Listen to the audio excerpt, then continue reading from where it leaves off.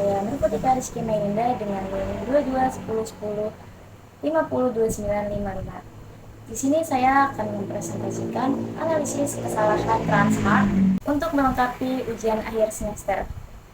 Pertama, kenapa sih Transmart itu bisa mengalami kegagalan dalam usahanya sehingga banyak gerai yang konon katanya tutup? Sebenarnya, Transmart mulai ditutup sejak lama, namun dihebohkan semenjak tahun 2020 saat adanya COVID-19. Sepanjang tahun 2021 hingga 2023, beberapa daerah ada 39 gerai Transmart yang ditutup. Orang-orang yang berbelanja di toko retail mayoritas mengatakan bahwa sensitif penentuan harga akan sangat menentukan keputusan pembelian para konsumen. Jika menurut pendapat para mayoritas yang berbelanja di gerai Transmart dan gerai lainnya, Transmart mengalami penurunan karena adanya pemberhentian harga yang cukup jauh. Misalnya, harga minyak di Superindo kisaran 37.000, namun di Transmart seharga 40.000. Cukup jauh perbedaannya. Mengapa sih bisa mengalami penurunan dan sepi pengunjung seperti ini? Kita lihat saja, beberapa tim dari YouTuber bernama Dewa Eka Prayoga mencoba survei ke Superindo, TikTok, dan Transmart untuk bisa diberikan perbandingan harga yang terjadi. Yaitu, justru ada beberapa hypermarket yang malah semakin naik, yakni Superindo dan TikTok.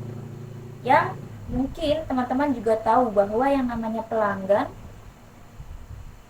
pelanggan sangat presensif, yaitu saat beda ratusan perak saja, konsumen bisa pindah toko, dan ini bedanya 2.000 sampai 4.000 sudah jelas. Pastinya konsumen akan berpindah gerai.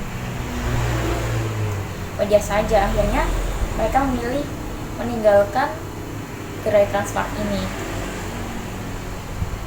Ditambah pula kebiasaan pandemi mengubah orang-orang menjadi lebih sering belajar online. Ketika itu, bahkan sampai saat ini Transmart mungkin ingin menjadi hypermarket yang besar dengan harga premium sekelas Pharma Market dan Fresh Market. Mereka tidak ingin terjebak price war, makanya kenapa aura dari travel itu premium banget. Tapi ternyata strategi itu kurang presensif, kurang efektif juga. Sekarang kita bedah, kenapa sih harga jualnya itu begitu tinggi di Transmart? Nah, yang pertama, karena memang lokasi ataupun tempat jualnya, Transmart ini dikatakan sangat strategis sehingga membuat untuk dari segi harga jual, produk yang dijual di Transmart itu terhitung lebih mahal gitu. Jadi memang karena salah dalam strategi bersaing. Menurut Michael Porter pun strategi itu adalah kunci utamanya promo di Transmart juga menjadi barrier besar yang orang untuk berbelanja. Walaupun cara di Transmart agar kita mendapatkan diskon juga cukup menarik ya, cukup unik juga. Nah, caranya kita dapat diskon adalah dengan daftar jadi nasabah Bank Mega, ataupun terlebih dahulu banyak orang jadi mikir 2 kali untuk belanja ya, karena masa kita belanja harus daftar dulu buat punya ATM Bank Mega gitu kan. Pasti kita beberapa orang mungkin ada yang keberatan. Dalam kasus Transmart, penutupan beberapa gerai retailnya telah berdampak pada reputasi perusahaannya. Yang pertama, telah menimbulkan pertanyaan tentang kesehatan keuangan perusahaan. Kedua, telah menyebabkan pelanggan khawatir tentang masa depan perusahaan. Yang ketiga, telah merusak citra merek perusahaan. Dikutip dari www.tempo.com, edisi 1 Februari tahun 2023, Satria Hamid, Wakil Presiden Komunikasi Perusahaan Transmart,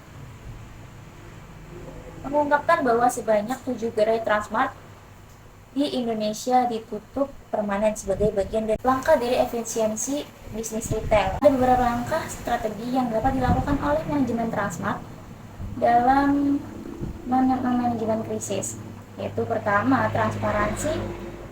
Perusahaan harus memberikan informasi yang jelas dan ringkas kepada pelanggan dan investornya, dan harus bersedia menjawab pertanyaan stakeholders.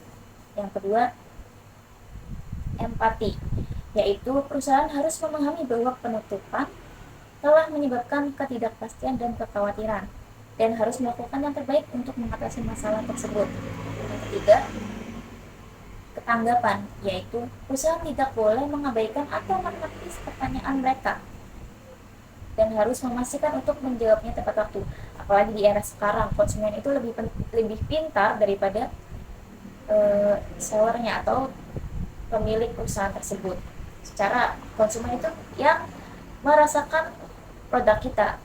Keempat, yaitu akuntabilitas.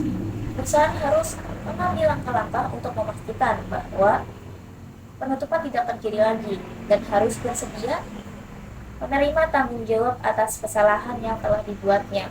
Jangan semena-mena perusahaan mengalami kekurangan namun tidak menerima masukan dari para sisi manapun. Apa sih pelajaran yang bisa kita ambil dari analisis Transmart ini? Jadi, kalau misalnya sekarang teman-teman bisnis tanpa punya diferensiasi strategi bersaing, siap-siap aja usaha teman-teman tuh mengalami kebangkrutan atau mengalami kegagalan. Dan ingat juga penting buat kita untuk mempelajari kebiasaan atau bibir dan customer termasuk dari masalah retail. Jangan semena-mena kita tutup telinga dan tidak mau mendengarkan komentar dari para klien. Kita perlu tahu yang namanya orang datang retail memang kebanyakan adalah less sensitif, termasuk juga dari segi desain tempatnya, lokasinya, dan lain-lain. Secara lokasi pun dan tempat, konsumen yang merasakan bahwa tempat ini merupakan tempat yang nyaman untuk mereka datangi atau mereka kunjungi. Di sini penting buat kita para UMKM terutamanya untuk sekali lagi berpikir ulang pada saat menentukan sebuah strategi. Jangan hanya gara-gara kita ingin dapat profit lebih banyak, justru malah jadi blender buat kita semua. Yuk kita belajar dari Transmart ini, yang ibaratnya dia pernah besar, tapi sekarang tutup. Mungkin hanya gara-gara salah strategi aja ya. Adapun tambahan dari penonton story, Raymond Shine, yaitu ada beberapa alasan sih yang bikin Transmart bangkrut. Yang pertama, harga nggak beda jauh sama kompetitor, malah beberapa produk cenderung lebih mahal. Yang kedua, banyak sales Bank Mega maksa buat daftar, bikin risih tentunya ya. Ketiga, orang ke Transmart bukan buat belanja, ngapain dipaksa-paksa buat daftar bank, bikin nggak nyaman aja. Tentunya kita sebagai retail ingin bebas belanja tanpa adanya iming-iming, yuk daftar Bank Mega supaya kalian bisa dapat promo. Ini kita nggak pengen kayak gitu ya. Yang keempat, diskon 10% seumur hidup. Yang dibangga-banggain cuma scan harga dari markup. Udah diskon pun harga masih lebih mahal dari kompetitor. Yang kelima, banyak produk yang kosong. Melihat dari skala kemajuan Transmart untuk saat ini memang banyak sekali produk-produk yang kosong. Mungkin karena adanya pengurangan produk karena sepinya pelanggan. Oke, itulah analisis Transmart yang saya bawakan. Semoga teman-teman tidak mengalami kemunduran atau kemerosotan seperti yang dialami oleh gerai Transmart ini. Terima kasih.